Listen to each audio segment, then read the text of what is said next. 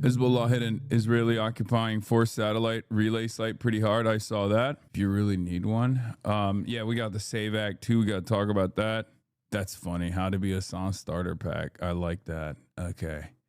I'll use that one. I'll use that. All right. Pretty good. Pretty good. All right. This one's good. Here we go. We're blasting off. We're freaking blasting off, baby. We're blasting off. Okay. Here's the blast off meme. For those of you who are wondering, there it is. New Ayatollah Khomeini unlocked.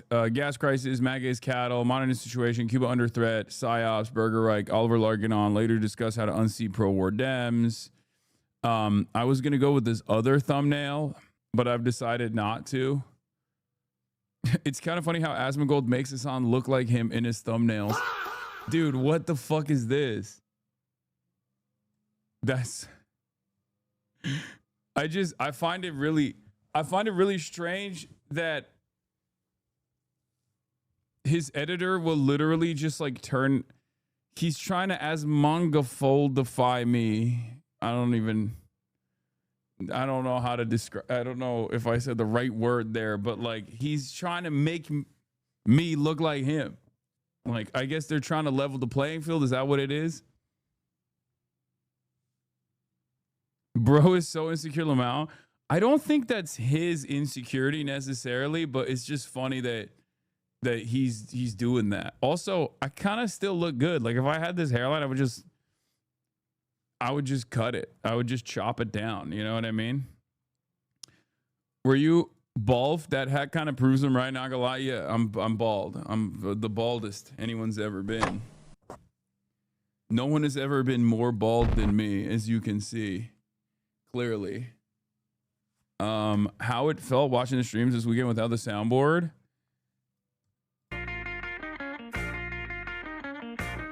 Yeah, it just felt like you didn't have the full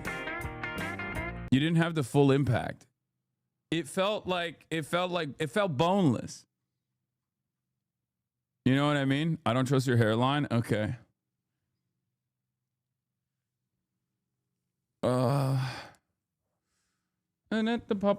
Okay, the only correct play committing to baldness is freeing. Yeah, well, not for the time being. I'm not going to be doing that anytime soon, so. The SAVE Act is straight from Project 2025. Will take away millions of married women's ability to vote. Yeah. Lindsey Graham single-handedly threatening Saudi Arabia. Yeah, well, we're going to get to that. It's pretty nutty it's pretty nutty what the American government's decisions are. What is this? They clocked you when Hasanabi starts speaking Zoomer News. America just bombed Iran. They killed the Ayatollah and Trump was in on it. What?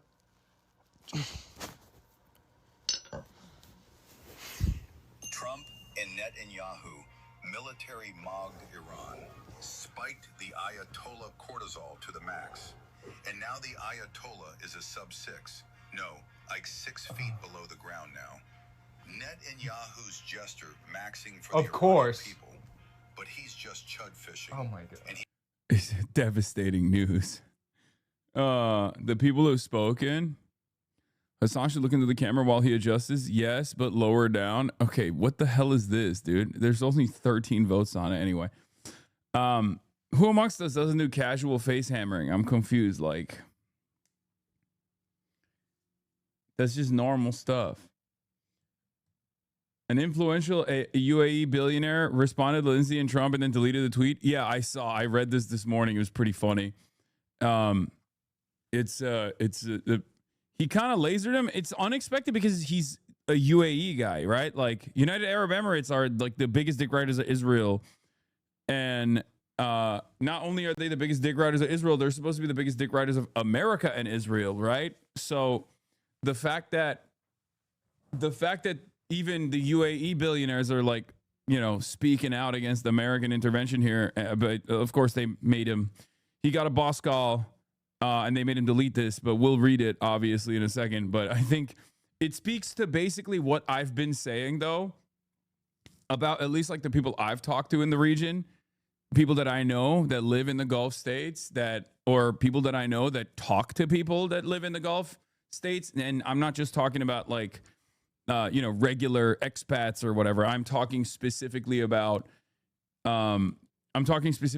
like higher up people in the government, right? And their anger and frustration, the way that it's presented in Western news on like, outlets like The Economist is, oh, they're very angry at Iran. They're saying like, why not bomb Iran harder? But I promise you the situation is more complex than that.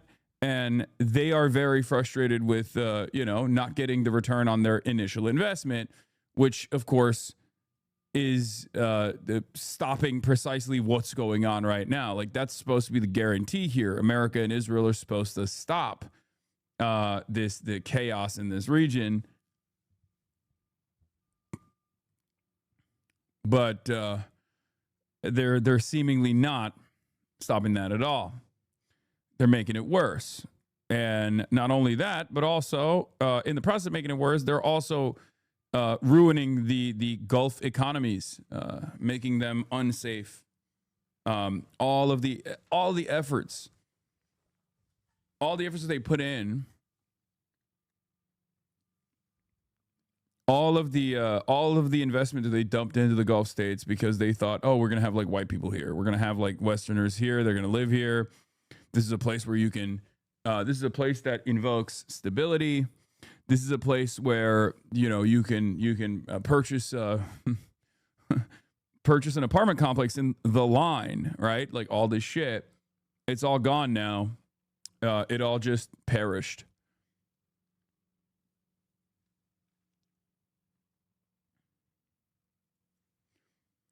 Many more people are saying this, for the record, going back to 1965, telling everyone that in the future, both the Soviet Union and the United States will collapse under the leadership of men who were spokesmen for the same pizza restaurant. I'm immediately sent to the nut house and lobotomized. Quite literally happening. I mean,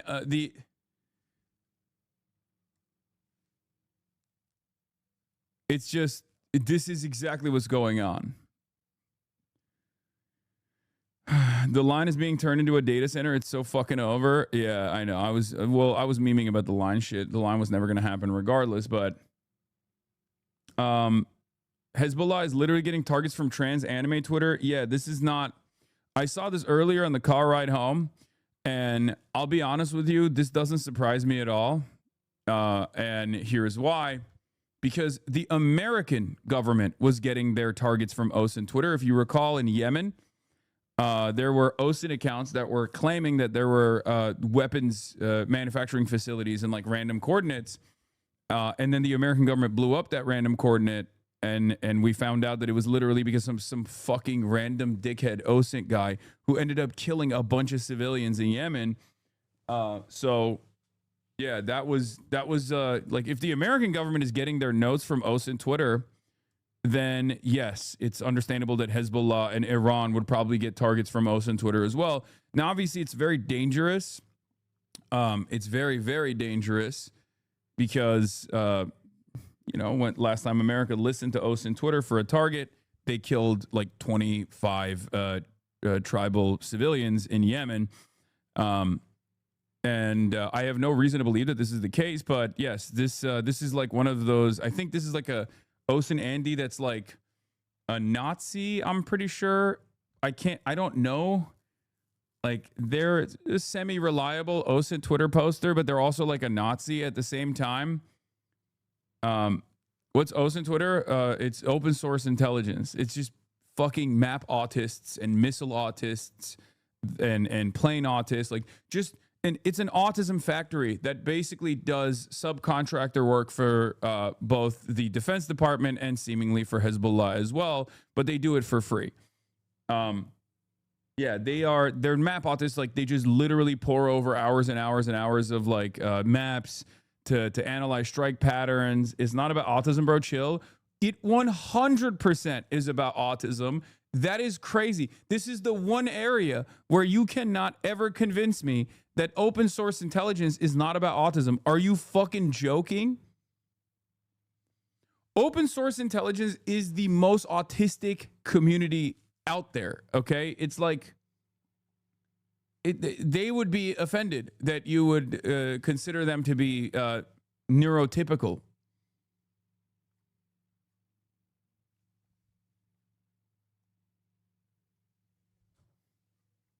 Anyway, all they do is just like look over maps. So yesterday, this account, which I think is a Nazi, if I'm not mistaken, they, like I said, they're like semi-reliable, but as far as, you know, as far as pouring through the data and showing like what American assets have been targeted and whatnot, but then also yesterday, this account tweets, Iran's satellite controller was destroyed by Israel. Iran should do the same and destroy the satellites to boot with an ASAT missile. This other OSINT account responds with the exact coordinates of where the satellite controller is, or the satellite station is. The question is, has Iran already struck it? If not, then why? And now the thing is, like, this is readily available information. It's not like Hezbollah didn't know. I mean, it's on fucking Google Maps, right? So I think it's kind of stupid to assume that. I think it's stupid to assume that like Hezbollah's getting their notes from a fucking random, you know, Twitter account, right? How are they Nazi? This one, they're like big into Zog and also Nick Fuentes. I believe they were the other day. They were literally tweeting about how like all of you communists are so stupid. Like you still think it's class war, but actually the real truth is like being a national socialist or something. I don't fucking know. There's like some dumb fucking shit that these dumbasses on the internet believe. You know. So yeah.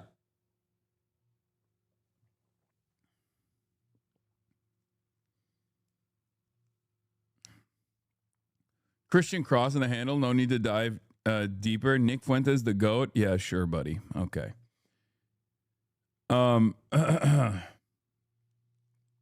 ACP's brainworms.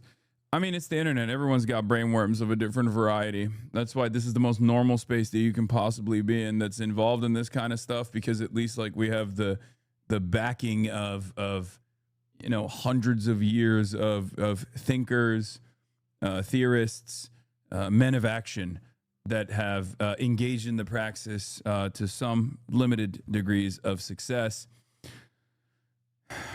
as opposed to coming up with like random idiotic conspiracy theories. Anyway, any idea if Aviv actually lost power? It seems like the pages that shared are sketchy. Anything that you hear about Tel Aviv, if you're not directly hearing from a relative or directly getting it from like a mainstream news outlet, is probably a lie. I'm sorry. So much fake shit on like the pro-Iran side of things, or like the anti-Israel side of OSINT Twitter in general. It's literally, it's not even like OSINT Twitter really. There's like a lot of accounts that just post AI videos over and over again and be like, see, we're nuking Tel Aviv. See, they used the nuclear. Iran actually has a nuke and they nuked Tel Aviv. It's fucking bullshit. Okay. It's bullshit. They just keep posting either older videos of successful strikes, or they keep posting like just AI videos in general, completely made up AI videos. There are obviously reliable accounts that I rely on, as you guys know. You know, Bonzer Berry's one of the best ones in my opinion. So if you see me looking at like an account, just know that that's one of the accounts that I actually. So they are lying about it. The accounts that are like you know, the pro-Iran accounts, sometimes they do post like not even sometimes, they post like a lot of unreliable information. They post old videos, they go super viral because everyone's like, yeah, Israel's getting fucking bombed, it's awesome, but like the reality is just totally fucking made up. It's either AI or it's like an older video of an interceptor getting dusted by Iranian rockets from like the 12-day war or whatever.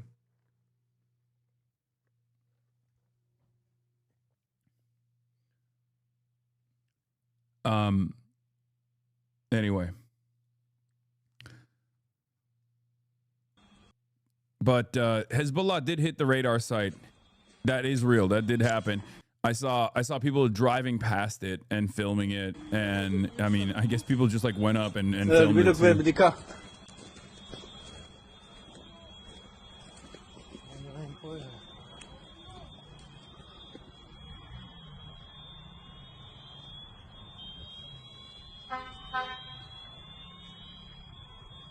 Not radar, SATCOM ground station. Yes. So is Israel not getting blasted? No, it is. It is. If Hezbollah is not able to successfully target Israeli communication nodes from far from the border, well, so here's the reason why this is significant. Because Hezbollah has, they have some launching capabilities, right? But for all intents and purposes, after the Hassan Nasrallah decapitation strikes, Hezbollah was functionally dissolved, or at least that was the analysis from the Israeli side. They made it seem as though Hezbollah had no more intention to continue striking Israel. They made it seem as though Hezbollah had no power to strike Israel, that their munitions were depleted, that they had no willingness to fight, all this stuff. It turns out, however, that wasn't fully true. It turns out they were basically just licking their wounds and getting ready for potentially another fight down the line. And it's clear that they still have a lot of fight in them, considering that they have been fairly aggressively engaging Israel in this last couple of days of the back and forth that's going on. Operation Operation Ephebophilia Defense, Ephebophilia Force, whatever the fuck you want to call it. Operation Apex Fury, Operation Epstein Fury, Operation Epic Chungus. Someone report this guy. What? What is this? Fuel prices in Australia almost up 3 liters, USD $8 a gallon. I'm a brokey that DoorDash for a living. Wish me luck, chat. If nukes were going off, panic would explode tenfold. I'm waiting for it to shut countries down. As a scared kind of uneducated person, is World War III going to happen? Or is the U.S. Israel pretending that there's a war when they're actually genociding against someone? Report this guy. What guy?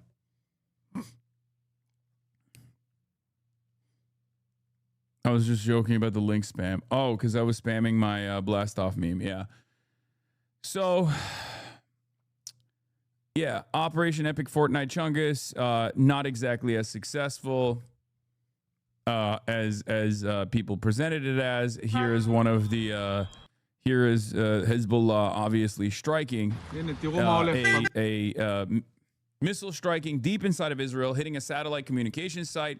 Launched a barrage, Hezbollah from Lebanon, launched a barrage of long-range missiles that struck multiple locations in Israel, including a direct hit on a military SATCOM dishes at SES Satellite Station in the Ha'ila Valley, south of Tel Aviv. The site hosts satellite communications infrastructure used for secure data links, meaning the strike could disrupt military comms if damage is confirmed. The Israeli military said several long-range projectiles were fired from Lebanon, with some intercepted by air defenses, while others were allowed to fall in what described as open areas. Well, it turns out some of them were allowed to fall into the satellite dishes, which doesn't seem to me like it was, this doesn't strike me as an allowance, okay? I know, like, you have to read through Israeli comms. Like, when they say security incident took place, they're writing about something that the military censors don't want them to write, okay? When they say, we allowed the missiles to fall into safe areas, they're lying. That means that they just couldn't intercept some of the missiles. This is one of those instances, right? The Ha'ila Valley sites lies well south of Tel Aviv and far from the Lebanese border, suggesting that the strike involved precision long-range targeting.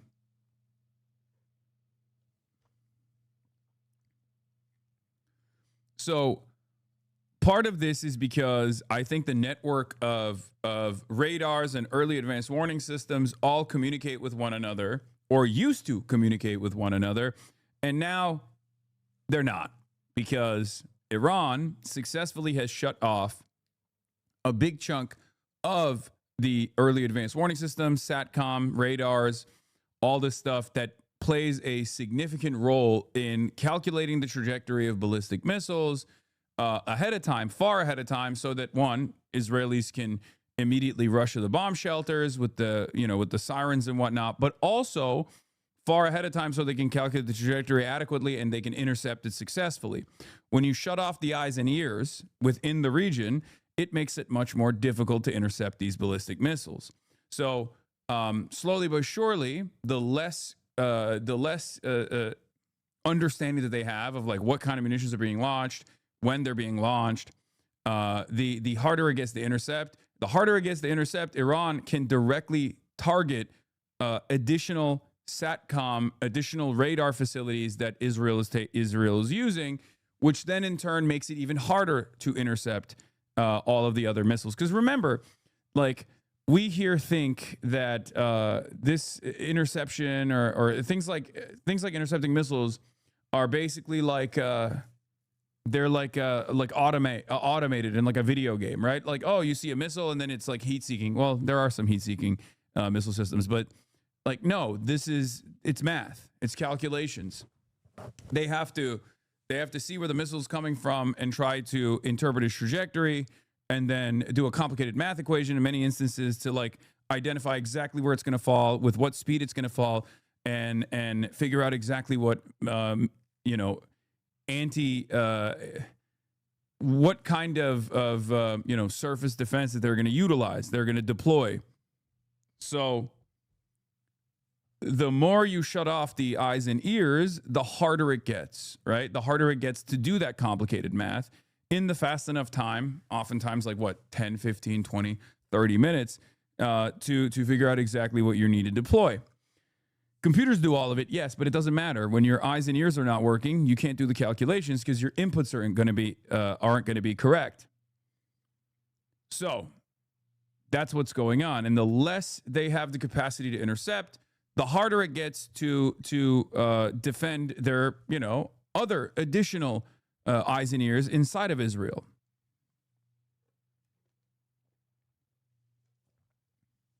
Ex-missile warning operator here. Not a bad description. Thank you. I'm trying to do my very best as someone who has a different kind of autism and not the missile autism. I'm trying to explain something that is relatively complicated.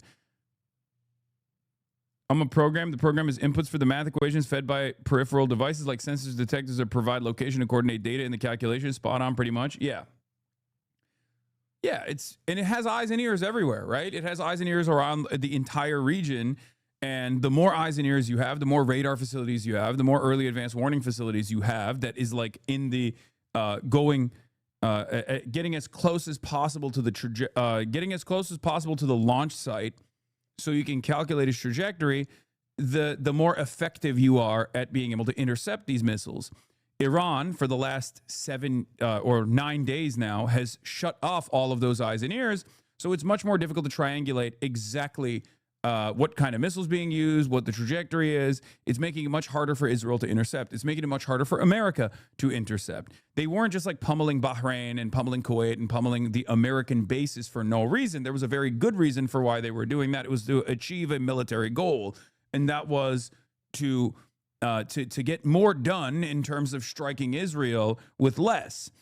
In the first couple of days, they were deploying a lot of their older munitions to overwhelm the Israeli defenses when the Israeli defenses had all of the eyes and ears, right? So they could make these complex math equations in real time, and they could do a much better job at trying to intercept all the missiles that were coming in.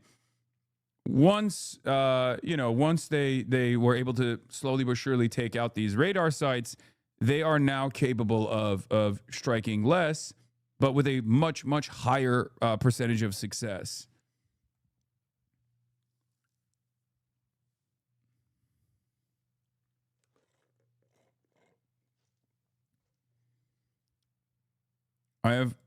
Anyway. And that's where we're at. So Trump is going to be doing a presser at 5:30 p.m. Eastern. Obviously, we're going to be tuning into that. We're going to be hearing what he has to say.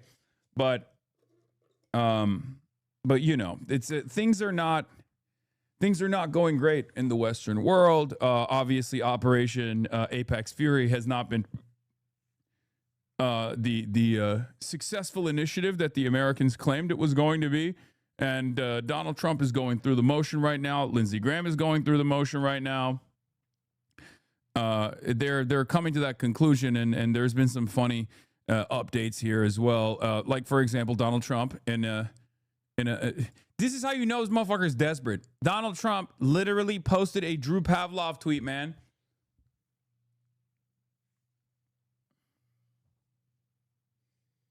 The time didn't change. You did? What?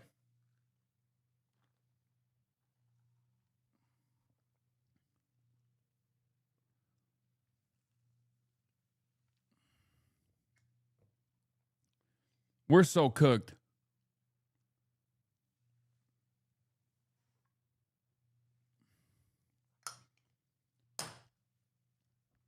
The president is posting my fattest op. Not even an op, really. The president is posting a person who got recently deported by his ICE agents for trying to stalk a celebrity. Hasan joined the right. It's not too late. Okay, sure. Mossad would like to speak with you. All right. 2 more MQ-9 drones shot down.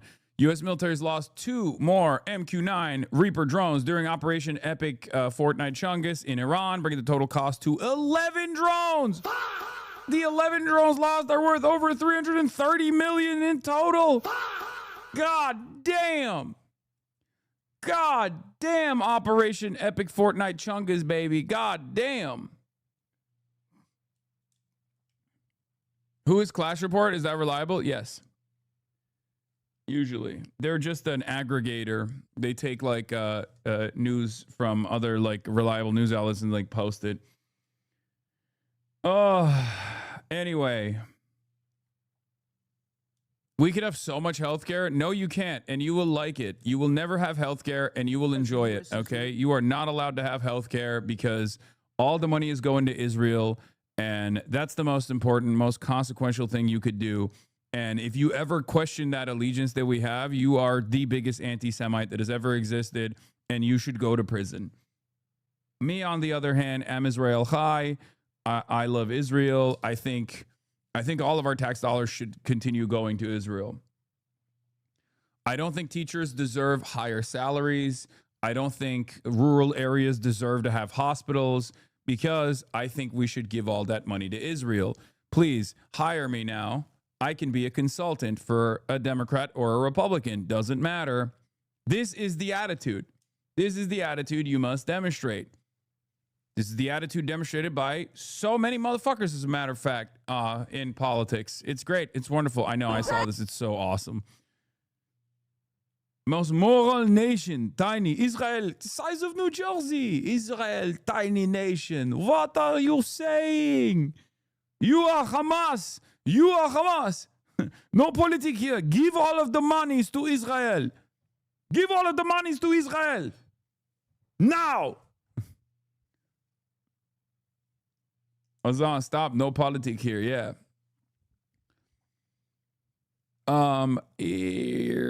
Where was I? Oh yeah. So here, we'll start here real quick before we get to the new Ayatollah, new supreme leader. Sorry, Iran appoints new supreme leader. New supreme leader, same as old supreme leader. Name is the same. It's his son. We'll obviously get to that, but before we get to that, you know what? Fuck it. Let's just get to that, and we'll get to Lindsey Graham afterwards, because Lindsey Graham is pissed off. Iran rages on, the regime selecting a new supreme leader. State media reporting that a week after Ayatollah Khamenei's killing, his son, 56-year-old Mujtaba Khamenei, has been chosen to succeed him. The younger Khamenei is expected to follow his father's hardline policies, but President Trump dismissing him as a lightweight and an unacceptable choice, telling our Mary Bruce in an interview he needs to approve the next Iranian leader or he's not going to last long. Israel warning it would target any new leader. Trump now considering sending U.S. special forces into Iran to seize the country's nuclear stockpile. We wouldn't do it now. Maybe we'd do it later. The news coming amid an intense new wave of U.S. and Israeli strikes Sunday. Israel targeting the country's energy infrastructure with a huge attack on multiple oil refineries in Tehran. This fire seen from miles away. Massive plumes of smoke billowing through the night sky. Another major refinery. Guys. Think about how we're saving the Iranian people, though. Like, when I see massive plumes of like oil smoke mixing up with the clouds, as like, you know, all of this toxic waste accumulates above the Iranian population and will inevitably move to other countries in the region as well, by the way. When I think about all of that, I think about how we're just giving cancer to every single Iranian person we possibly can, and this is going to liberate them. It's going to liberate them from their fucking, from their bodies, really. It's so crazy that American foreign policy ends up engaging in chemical warfare with the Iranian population every single time. We talk about like 47 years of back and forth war, but from the Iranian perspective, this is literally what we did in the Iran-Iraq war. We gave Saddam chemical weapons, which he deployed on the Iranian people, and now we're directly getting Israel to bomb oil refineries and facilities, and once again engaging in chemical warfare with the Iranian population. It's fucking insane. Like, the things that we do to countries that we have declared our foreign adversaries are unbearable. They're unimaginably cruel, and yet we still sit around thousands of miles away in our ivory towers and our fucking throne in the heart of empire, and we talk about how these guys say Margbar America, like as though that is totally ridiculous to say if you're like a regular Iranian person. Of course they're gonna say fucking death to America and death to Israel, man. Look at what the fuck we're doing to them. We're actually killing them. Okay? We're actually killing them. Refinery was hit elsewhere in the city, igniting a fireball. Videos circulating online showing streets on fire. Poisonous fumes filling the air for miles around. Residents warned to protect themselves against toxic fumes and possible acid rain. Iran condemning the offensive as nothing less than intentional chemical warfare against the Iranian citizens. Iran says well over... Yeah, I believe the American-Israeli attack on Iran will be good for the Iranian people because unaware of anything that has ever happened before in the history of the world. Yeah. No, that's literally what it is. That's always what it is. It's like, and these guys are not oblivious, by the way. They just don't care. They know you're oblivious, okay? They rely on the average American person's lack of understanding. We were on our way to the airport, March and I, and the talk radio was on, okay, in the Uber. It's like 5 a.m. And I could not believe the commentary on this. Like, there was not even a single fucking dissenting voice, not even a single person that had elected representatives on to talk about, basically, on both sides, on the Democratic side, on the Republican side, they had elected representatives come on the radio show to say, Iranian people, they have a nuclear weapon. We have to stop them. We have to stop the nukes. Like, even the Democrat that's like, oh, I don't think like the process is being followed, but like it's understandable that it's like some kind of military action had to be taken. It's fucking ridiculous. Like, it blows my mind what kind of, when you find out what kind of news and information the average American that's like tuning into this stuff is getting, you kind of get why Americans are cattle. Like, you kind of understand why Americans are cattle for the most part. Because, like, so much of the media that, like, normies are consuming is one-sided on this stuff. Like, that's precisely the reason why I think when people encounter my commentary, they come at it and they're like, what the fuck? What are you, like, what are you, a fucking, a part of the IRGC? Like, what do you mean Iranis are people? What the fuck? I've never encountered this perspective before.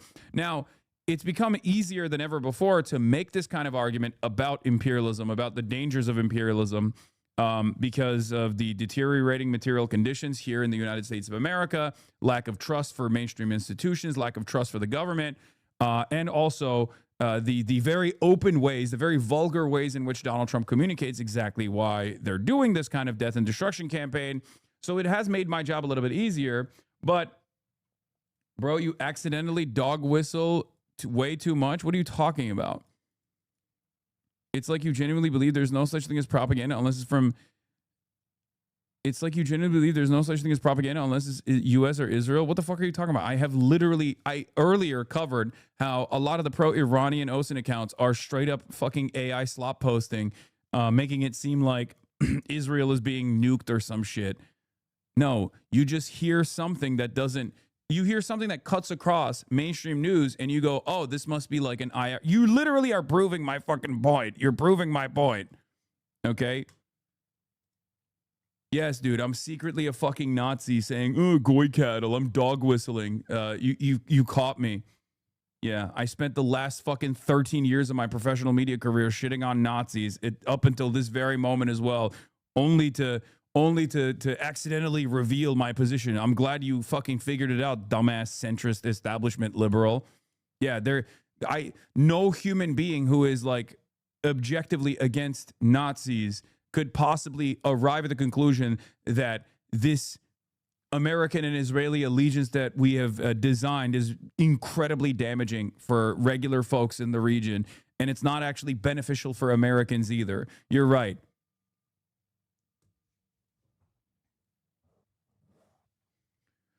Oh.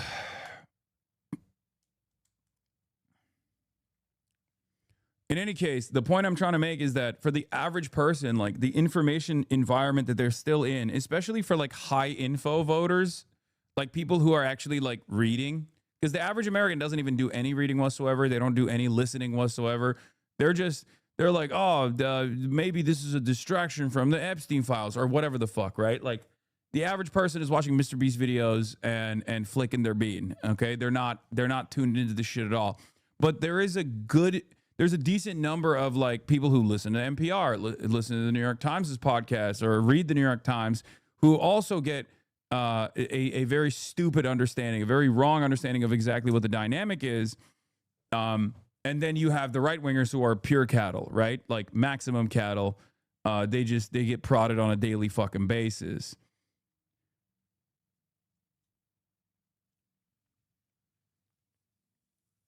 But ultimately, as I have been saying over and over again from day one or day zero, day minus 20, when the armada, when the fleet, when the American naval assets were like coming around, like surrounding Iran, and I kept repeating over and over again, any kind of military action is not going to be at the behest of the Iranian people. It's going to be very deadly, very destructive for the Iranian people. They're going to destroy cultural landmarks, as they have been doing. And they are going to kill Iranian civilians, as they have been doing, and it's not going to bring about liberation. And lo and behold, we're already there. Luckily for us, I think people in this fast-paced information environment are much faster at receiving this information and changing their minds. And you're seeing that already. A lot of the people who were fucking dancing in the first couple of days have stopped dancing, right? A lot of the Iranian diaspora that was like, oh, Mr. President Trump, you are doing the best. Please bomb my grandfather, President Trump. They've all shut the fuck up. Part of the reason is because they also very quickly realized, oh shit, President Trump doesn't care about regular Iranians at all. Okay?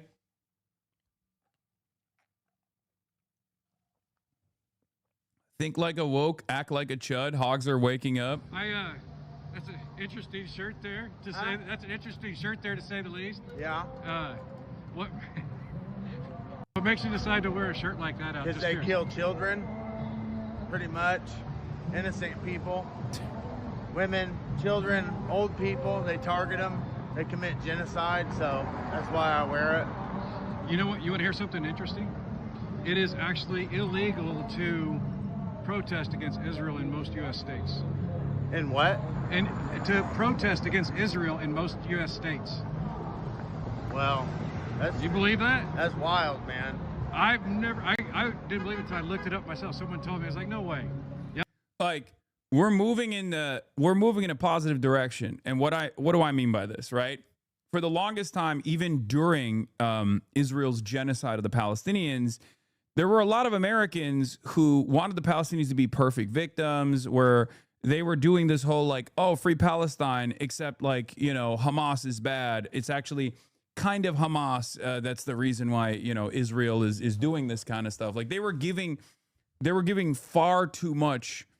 They were giving far too much credence to the casus belli that Israel was presenting as to why they had to do this genocide. I think that's changing. Obviously, I've been on the fuck Israel, the fuck Israel side of things for a very long time. But now more and more Americans are actually moving on from like, well, these guys were perfect victims and they're being destroyed, so we should side with them, to actually, no, the people that are doing that death and destruction are the bad guys in this equation. Almost every state's illegal to that goes against free speech, man. Well, First Amendment. Now when it comes to them, man, they can cook the shit. They can make our president go start a war for them, you know? Yeah, that's true, man. Like, it's like they say, you know who controls you by who you can't criticize. So Putin and Netanyahu both have a piece of him then, huh? Yeah. It's a crazy world, man. Crazy. I hear you. Well, good to see you out, man. We're out here every Saturday doing this. Yeah, I come every couple weeks. I try to make it out and show support for everything. And, What was your name? Trump, Dylan. Dylan? Steve. Nice to meet you, man. Nice to meet you. Trump's a monster, man. Fucking A. Take care. You too. Wichita, Kansas. Kids with cancer are in charge. Yeah. I mean, it's like, whatever. Not to change the subject, but Trump subpoenaed Arizona 2020 election results. Whatever. Fuck that guy. Get yourself an AM frequency when the internet goes down. I have a radio. Seriously? Okay, bro. Chill. We're not getting there yet. Okay. The Trojan horse of the Middle East are doing Israelis bidding in the UN.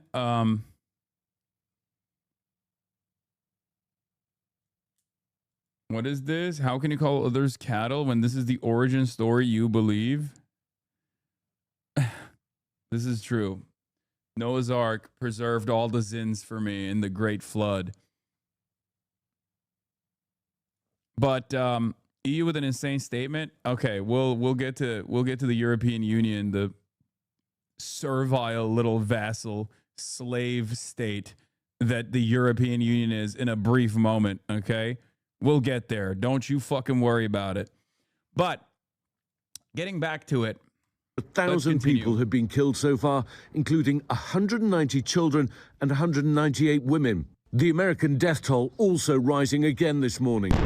The Pentagon announcing that a U.S. service member wounded in an Iranian strike on a base in Saudi Arabia on March 1st has passed away from their injuries. Despite degrading its missile capabilities, Iran retaliating across the region. Drones and missiles hitting this high-rise in Kuwait. And videos circulating on X, capturing the moment an Iranian drone struck Dubai International Airport. Dramatic video showing Emirati air defenses taking down at least 8 unmanned Iranian drones. Iran's targeted the UAE more than every other country in the region combined. Now, even the region... If you ask the Iranians, they want to kill the idea of Dubai, which that's what regime hardliners are saying on regime TV. So do with that information what you will. I'm not making any, I'm not saying anything about it. Okay. I'm just here to repeat what they are saying. Okay. I'm not going to say that's a good thing or a bad thing. I'm washing my hands over this. Okay. I'm washing my hands off this. All right. All I will say is the United Arab Emirates is literally, it's a little Israel. Okay. If America's big Satan and Israel's little Satan, then Dubai is like the third small Satan brother. Okay. That's like kind of the assessment. It's just, they have been positioning themselves. I'm just neutral. I'm neutral on this. I don't, I disavow. But the United Arab Emirates has very actively pushed for exactly what's going on right now, like America and Israel's involvement, and have, they're doing their own little genocide, which is not so little in Sudan. United Israel Emirates has been on the receiving end of a lot of pushback from Iran. The government, not the people, though. Yeah, obviously, it's not. This has nothing to do with the people. But that perhaps has some reason as to why they've been on the receiving end of a lot more of the bombing from the Iranian side. Water supply critical for survival in the Gulf. Like, I'll just tell you like this: Tommy Robinson is directly funded by the United Arab Emirates and also the State of Israel, right? Like, they straight up foment Islamophobia in Europe. And you might be thinking to yourself, what the fuck? They're a Muslim nation, and yet they still do this. They do. They literally are playing a role in pushing Islamophobic propaganda in Europe and in the United States of America. Okay? Think about it like that. You are also funded by the left. This is true. I am funded by the left. I'm funded by you, the people. The Piker Broadcasting Service is funded by you, the people, for you, the people. The Piker Broadcasting Service is not funded by any groups or anything like that, just regular ass subscribers. If you want to support the stream, if you want to support the show, all you need to do is subscribe, which you could do for $5 or $6 a month with a regular Twitch subscription or a free one in the form of a Twitch Prime by connecting your Amazon Prime account to your Twitch account. yeah, so you can also gift subs to others as well. That is who funds the Piker Broadcasting Service, not the wonderful nation of Qatar and not the IRGC, but instead just regular ass people in here.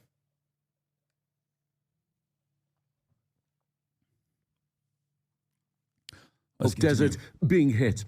A freshwater desalination plant in Bahrain attacked by drones not long after the US was accused of attacking Max. a similar plant in Iran. And on the other front in this war, in Lebanon, Israel's offensive against Hezbollah is widening. Lebanese authorities say more than 400 people have been killed, 83 of them children, 42 women. Hundreds of thousands have been displaced. Israel says it killed 5 senior members of Iran's Islamic Revolutionary Guard at a Beirut hotel. It comes as Russia's reportedly providing Iran with intelligence to target US forces, including the locations of troops, aircraft and ships. Secretary of War Pete Hegseth downplaying the threat. No one's putting us in danger. We're putting the other guys in danger. Thank you for the 10. That's our job. So we're not concerned about that. Well, as we've seen throughout this conflict, one of the biggest challenges is intercepting drones. We're now hearing that Ukrainian drone specialists have arrived in the region. They're going to help Gulf countries and some of those US bases to identify and hopefully intercept Iranian drones. Michael? All right, Ian, thank you so much for your reporting. Ukraine is on the table, everybody. Ukraine is the table. Ukraine holds the cards. Yeah, I've seen a lot of Ukrainian WhatsApp posters celebrate the new motion that Zelensky has developed in this process.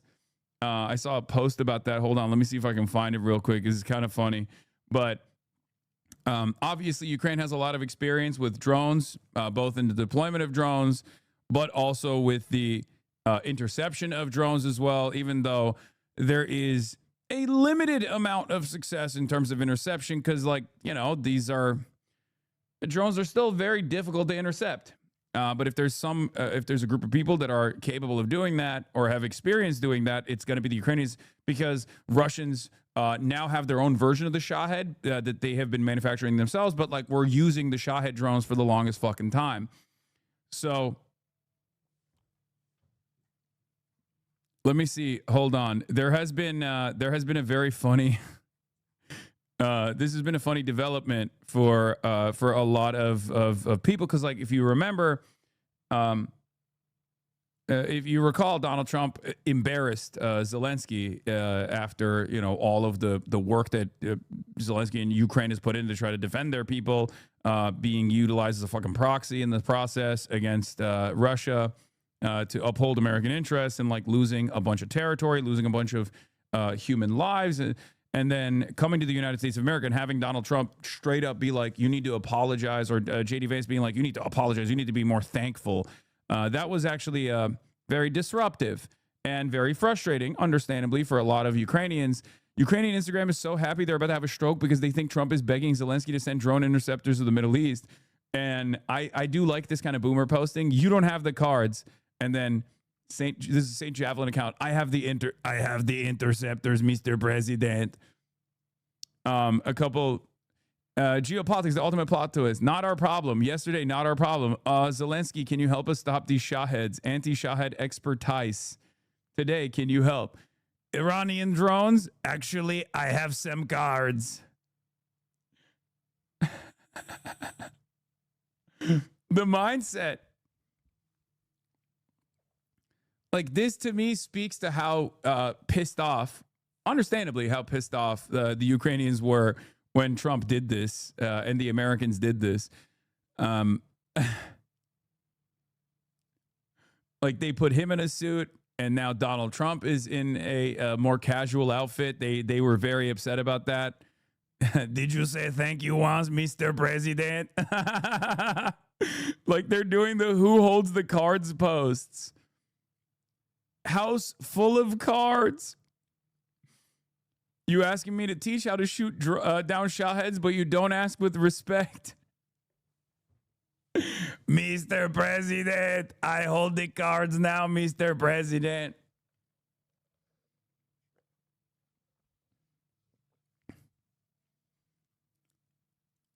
Yeah, this was they're having fun with it. You know, they're having fun with it. But yeah, Ukraine is at the table. This is some 9gag style memes. Yeah, bro, they're in fucking Ukraine. They don't got internet, okay?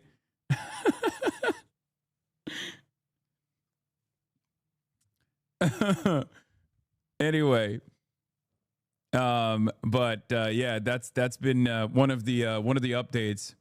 But to the surprise of some officials in Kyiv, no one from the United States bothered to ask Ukraine to share its expertise in how to defend against drones before starting the offensive in Iran. How is that surprising? How is that surprising? I'm sorry. These guys are fucking idiots. By the way, American drone technology is far behind all of our adversaries. Like, at least a decade behind. You got, what's that guy? Palmer Luckey, who obviously wanted to take advantage of the new procurement methods that the American military is engaging in. You know, all these like tech guys are now getting into the space. And U.S. drone tech is so ass in comparison to what the Iranians have, in comparison to what the Chinese have, in comparison to what the Russians have. And they're literally trying to basically recreate whatever the fuck the Iranians are doing, but it's still going to be more expensive because it's being made in America. So like the closest we've gotten to the Iranian drone tech with the Shaheds has been the Lucas, and it's still double the price of the fucking Iranian Shaheds. And the Iranian Shaheds can be deployed from the back of a fucking K-truck at 5 at a time, whereas the Americans, of course, have to, you know, deploy them with, with another like $30, $40, $50,000 piece of equipment, right? Like they don't have any mindset around, you know, cost effectiveness. They don't know how to deploy this stuff without, you know, billions of dollars of expenditure. So I can't believe what you did to Mélenchon. Wait, what? What did I do?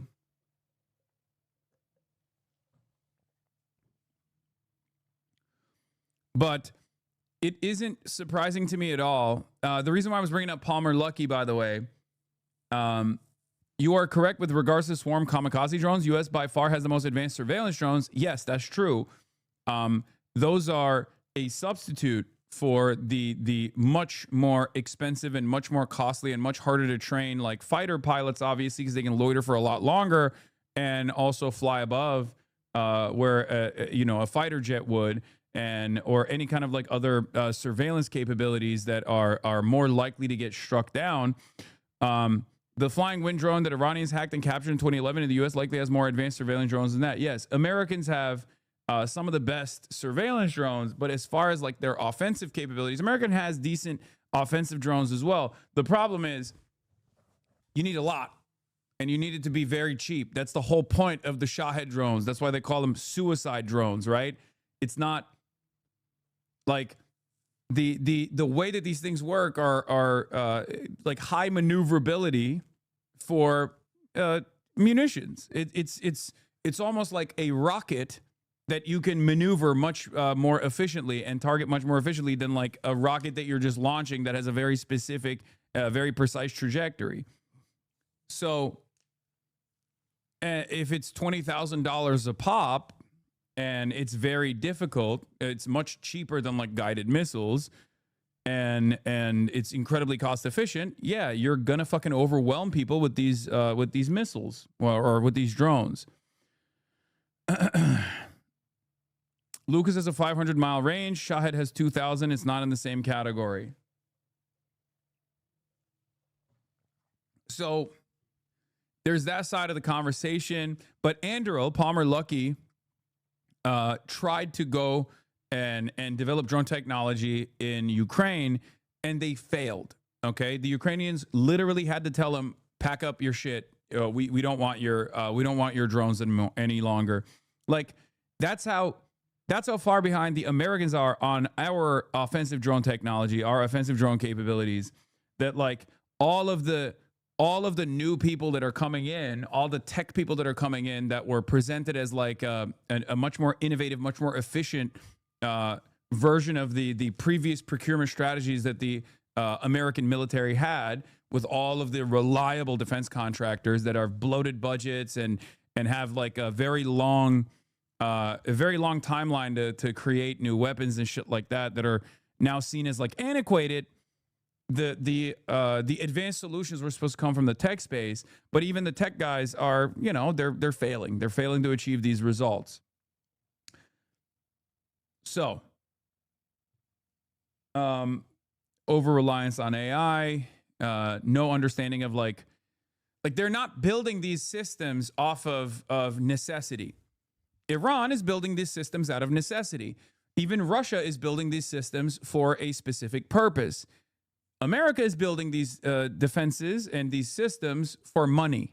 Okay, that's the major difference. If one side is doing this because they want to make sure it's as cost effective as possible so that they can continue a war of attrition effectively, continue waging wars or continue engaging in defense effectively, and the other side is doing it as a fucking grift so they can get, you know, $100 million contracts from the unlimited budgets of the Pentagon, then yeah, one side is going to have a bigger investment in defense over the other. The only thing that carries these fucking countries is places like Ukraine, who actually have to engage in ingenuity for as a mechanism of self-defense.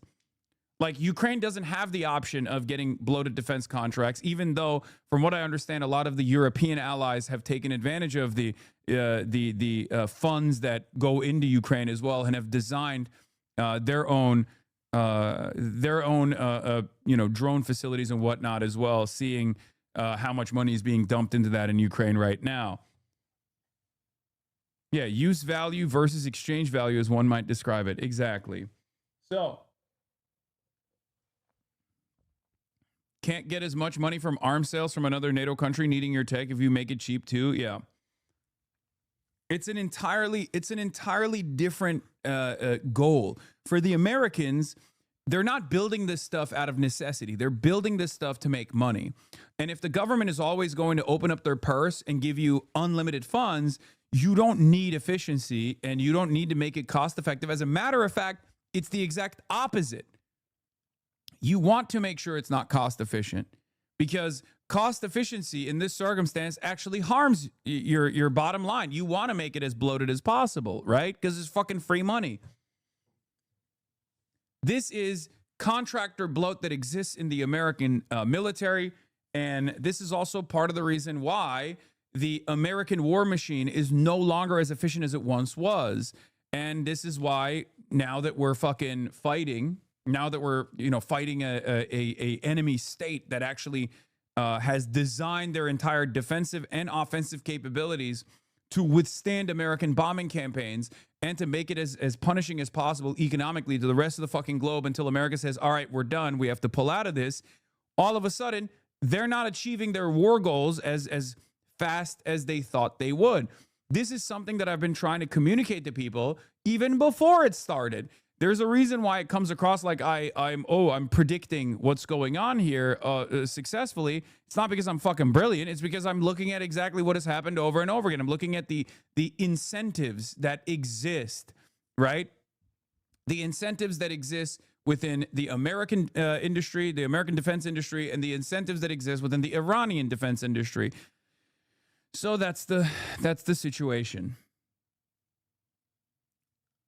Anyway, now let's get to Iran.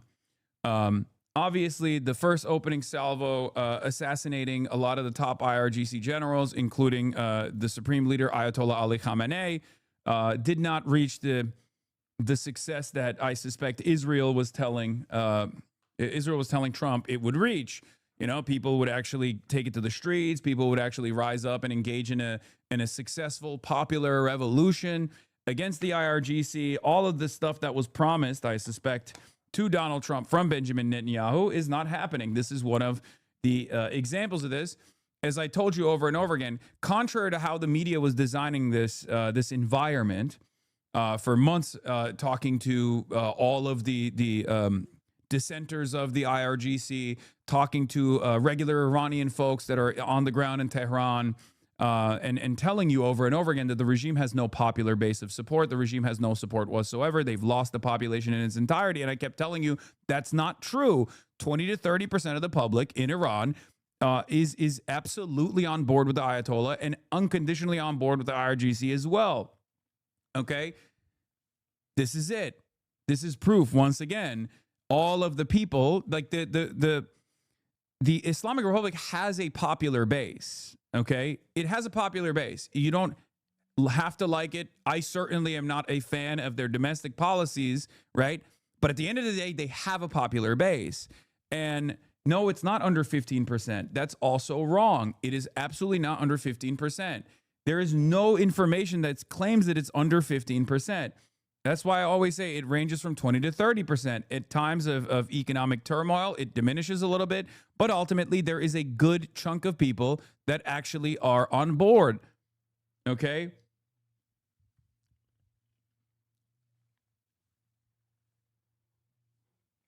If you look at American news, right? American broadcasters present this as like, there is no popular base. There is no social support from a popular base for the Ayatollah. Okay? That they're basically holding everyone at gunpoint. They're holding everyone hostage at gunpoint. And that like, there's no popular mobilization that exists. It's just like the Bosage militias. It's the fucking IRGC. They're killing people. And it's like 90% of the country hates them.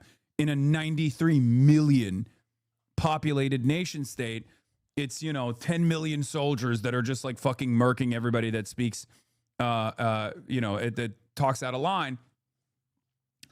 That's not true. Is the government absolutely repressive and very violent at times? Yes. Is there a big chunk of the Iranian population? Is there a big chunk of the Iranian population that is against the IRGC, against the Ayatollah? Absolutely. This is also true. But they still have a popular base of support. They still have an organic population on the ground that is in favor of the IRGC, in favor of the Ayatollah. If you don't recognize that, you can't understand Iranian society at all, and you can't make calculated decisions. Now, Americans obviously don't give a shit. This is also outside of this, like what's unfolding right now is also the other thing that I kept talking about, right? Which is that even though there are secular liberals in Iran that hate the IRGC, you know what they also hate? Getting fucking bombed. You know what they also hate or are not big fans of? The United States of America and Israel. You listen to diaspora Iranians that are ultra-Zionists that go on American news and say, we love Bibi Netanyahu, we love Donald Trump, but that is not even represented in the diaspora population, because when you look at the actual polls that poll the diaspora Iranians, even then 56% in the 12-day war said American and Israeli bombing campaigns were actually bad. Not good, but bad. And Iranians in Iran, regardless of their position on the Ayatollah, regardless of their position on the IRGC, are not exactly fond of America even before this bombing campaign started. So this is another thing. This is another thing that you have to understand, okay? So you will, like, as many diaspora Iranians are coming to the conclusion that the American bombing campaign that they supported initially is actually not leading to the revolutionary change that they thought it was going to happen, and that this is actually hurting their family members and changing their attitude in real time. Iranians themselves are also going to have a change of heart. Even if they don't love the IRGC, even if they hate the IRGC, all of a sudden the IRGC is the only thing that is, punishing the people that are bombing their fucking homes, punishing the people that are bombing their oil refineries, punishing the people that are bombing the schools where little girls are going to school. It's the same dynamic with Hamas, okay? There are plenty of Palestinians that are not exactly fond of Hamas when it comes to the domestic affairs, right? This is two separate categories here. There are Palestinians that are not exactly in favor of Hamas's governance. They don't like it, but they don't say anything in times of Israel's bombing campaigns because the number one op is always going to be the alien foreign occupation, the alien foreign bombing campaigns. That is always going to redirect people's attention, and they're going to In America, we call it rallying around the flag, but basically they're going to turn around and say, all right, well, fuck this. You know, I don't like these guys, but I would rather have them, the indigenous force of oppression that I hate, rule the country than to destabilize it and destroy it in the hands of Israel. It's a perfectly understandable position. It's one that I keep repeating over and over again because I've experienced it myself in Turkey, right? There was a coup that happened with an American parallel state that was designed with Fethullah Gulen, and that coup was very deadly. A lot of civilians were killed. American bases were utilized for fighter jets to directly bomb civilian enclaves in Turkey. And the people rose up. They armed themselves. They rose up and they successfully stopped this coup in Turkey. What happened next? Everyone fucking, rallied around Erdogan, even people who hate Erdogan. You sound hella jealous. What is this? This happened in Turkey not that fucking long ago. This is how it works. When you see a foreign entity or a parallel state that was formed by a foreign entity destabilize the country and start killing people, all of a sudden, that's the number one op. Okay? And of course, the same thing is going to happen in Iran as well. That was 10 years ago.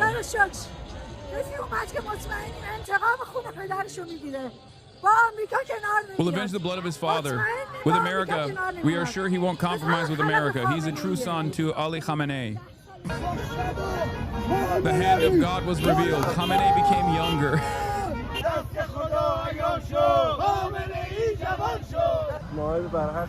He's the rightful successor to the late leader, God willing. I hope we deserve honor to support him. Now, these guys are like straight up already supporters. They're in the popular base of support for the regime anyway. So, of course, they're going to be celebrating this regardless. But I was telling my fellow chatter that the way he's behaving in chat makes him seem jealous of you. Oh, okay.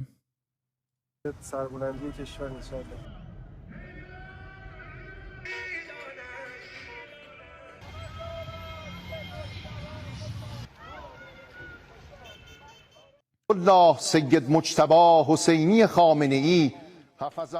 is the moment Mujtaba Khamenei, the 56-year-old son of Iran's late supreme leader, is announced as the country's new leader.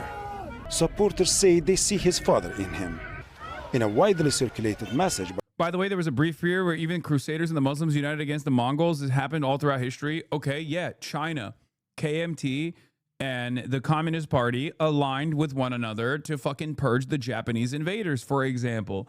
This always happens. Reactionary forces or bourgeois forces will align with revolutionary forces. In some ways, this also happened in the Iranian Revolution, where you had the clerics and the Islamists join up in a united front against the Western-backed puppet, the Shah, and overthrow the Shah in a successful popular revolution where the communists and the Islamists were aligned with one another, right? That's just how it works. That's always how it fucking works. By several state-aligned outlets, a slogan read, God revealed his hand and Khamenei just got younger, portraying Mujtaba's rise as a continuation of his father's rule. In 1979, Iran's Shah Mohammad Reza Pahlavi was overthrown by Ayatollah Ruhollah Khomeini. Mujtaba's father, Ali Khamenei, a close ally of Khomeini, quickly rose within the new political order and would later help shape the future of the Islamic Republic. Mujtaba came of age during revolution and war. At just 17, he went to the front lines during the Iran-Iraq war, while his father served as Iran's president.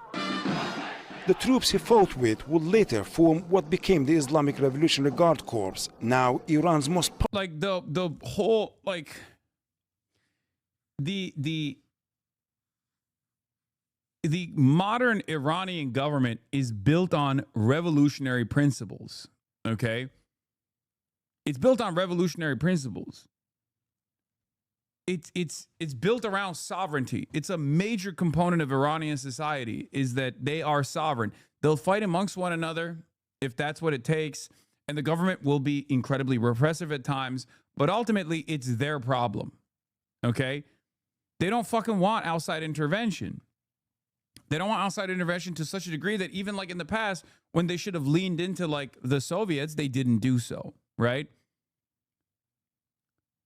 That's just the reality. These guys don't want outside intervention. There are some in the country that are so desperate that they think that American and Israeli intervention might help, but those numbers are going to diminish when that outside intervention becomes reality.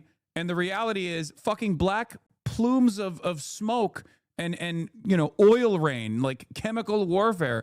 All of a sudden, you're going to be like, I don't want this. What is this? What? A guy speaking with a gun next to him, lol. Yeah, bro, I'm an American. You got a problem?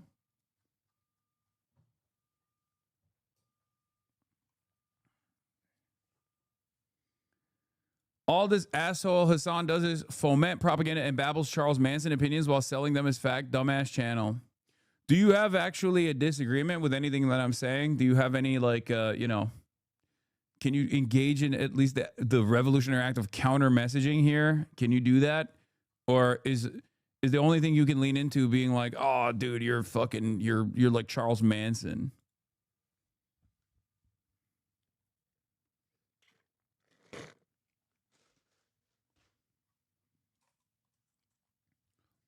Powerful military institution. That relationship would prove. It's always vague posting and crying to the referee with these people. Oh, Trump is doing mission operation successful, mission accomplished. He's rolling out the mission accomplished banner. All right, let's watch this and then I'll get to it. Decades later. Many say the Guard's loyalty was an important factor in Mujtaba's elevation as Iran's third supreme leader. Mujtaba Khamenei has long been seen as an influential figure behind the scenes, playing a role in the appointment of senior officials and shaping Iran's security institutions through his father's office. In the days leading up to his selection, US President Donald Trump warned that Mujtaba's rise would be unacceptable to Washington. But many in Iran's political and military establishment saw those remarks as interference, further strengthening support for his appointment. Mujtaba's father, mother, sister, wife, son, and several other relatives were recently killed in strikes by US and Israeli forces. Many believe this loss could shape his outlook and possibly push Iran toward a more confrontational path. But some analysts argue the opposite may happen. Under heavy pressure from war and international isolation, they say the Iranian regime now faces two difficult choices: collapse or transform. Because Mujtaba carries the legacy of his father and the revolutionary establishment, they argue he may have the legitimacy to push difficult reforms through without being accused of betraying the revolution. But time may not be on his side. Israeli officials have repeatedly threatened to target any successor to Iran's assassinated supreme leader. But the challenges go beyond external threats. Many in Iran see Mujtaba's appointment as dynastic, arguing that the revolution which toppled a monarchy has now produced another. At a time of war, sanctions, and societal polarization, the system's survival may depend on bridging the gap between the state and the people. Under Iran's constitution, Mujtaba Khamenei is both the country's highest political authority and the supreme religious leader for millions of Shias in Iran and beyond. His father assumed power just months after the end of the devastating war with Iraq in the late 1980s. Mujtaba Khamenei takes office during a far more dangerous moment. Whether he can unite the country, end the war, and reopen Iran to the world, or lead it into deeper confrontation and isolation will define the future of the Islamic Republic. Rasul Serdar, Al Jazeera. The post of Supreme Leader. Wasn't his son hit? I think so. There's some reports that he might be like seriously fucked up, but I don't know. We don't have any information. So there's new information on the Revolutionary Guard side as well, but New York Times reported that Iranians appear conflicted about their new leader, yet the only evidence it presents is a video showing tens of thousands of Iranians celebrating his appointment while American flags are burned during the festivities. The reason why they're saying it's conflicted, by the way, the numbers are fucking crazy, obviously. And the reason why this is important to acknowledge is because this doesn't represent like the overwhelming approval at all. Okay, it doesn't.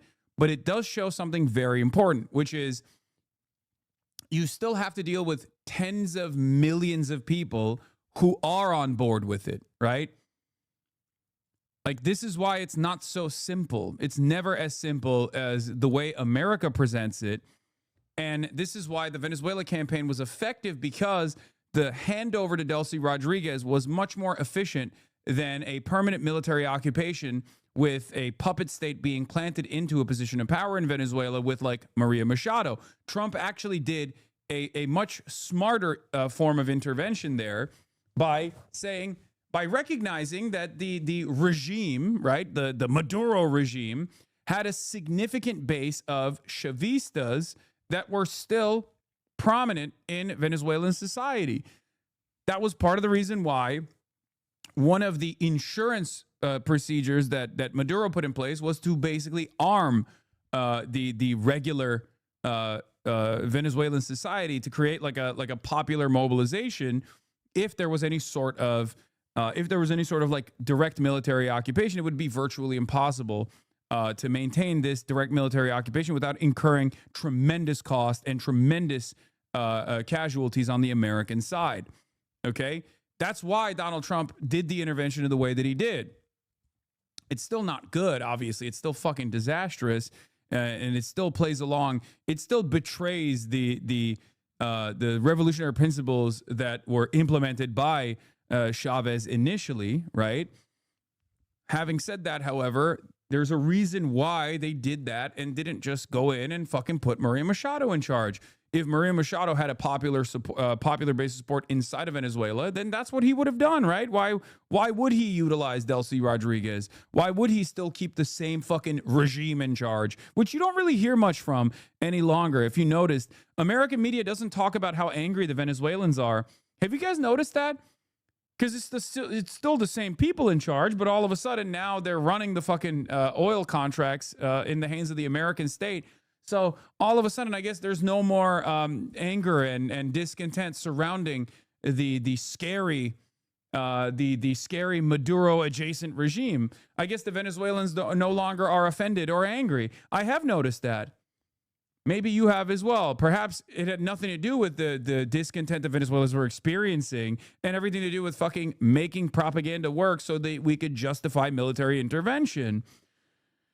Same situation here, except it's even more damaging for American interests, because unlike the Venezuelan government that seemingly cut some kind of deal with the Americans, the Iranian government is not cutting a deal with the Americans nor the Israelis. They have designed their entire society to withstand this kind of military occupation, and they're making the Western world hurt. Okay?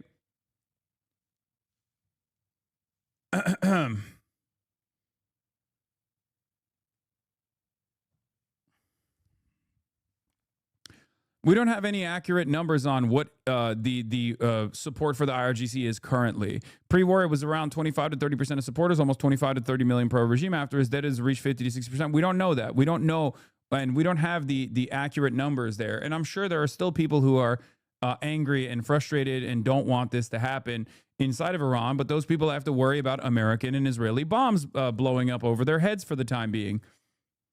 Was created at the formation of Iran's Islamic Republic in 1979.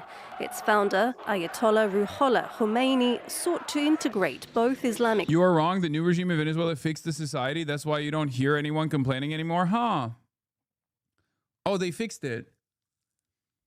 So the regular Venezuelans, the only thing that they were demanding was the privatization of the oil. Is that what it is? To offer all of the oil refineries to, you know, oh, you're joking. Okay, got it. I thought that the Venezuelans weren't demanding privatization, but instead wanted liberation from the dangerous and incredibly repressive nature of like the Maduro regime. Principles and political governance, with a powerful clerical figure at the top to ensure Sharia guided the state. He was first to hold the role. The Supreme Leader oversees virtually all functions of government, either directly or indirectly. His powers include determining the political direction of the government, commanding the armed forces and all-powerful Revolutionary Guard Corps, and appointing and dismissing a range of officials, including the head of the judiciary and the head of the state broadcasting agency. The Supreme Leader also appoints 6 of the 12 members of the Guardian Council. The other 6 are law experts who are nominated by the head of the judiciary and approved by Parliament. The Council has the power to veto or demand changes to legislation passed by Parliament, and all candidates standing for election, even for the presidency, must meet with its prior approval. The Guardian Council also approves the members of the Assembly of Experts, which in turn is in charge of choosing the Supreme Leader and ensuring he remains qualified to lead. By contrast, Iran's president is in charge of day-to-day administration, particularly economic management, and oversees government ministers. However, the president has limited autonomy when it comes to issues like foreign policy. Overall, he operates within boundaries set by the Supreme Leader. Let me be clear. Danny Danon, let me be clear. Israel will thrive in this war against Hamas. IRGC. And pussy too. Anyway, we'll get to Danny Danon in a second, but there's some updates here. There's some Lebanon-related updates, but Trump has told aides he would support killing Iran's new supreme leader, Ayatollah Mojtaba Khamenei, if he refuses U.S. demands such as ending Iran's nuclear program. He's literally trying to... He is trying to roll back the clock so bad. It's fucking hilarious.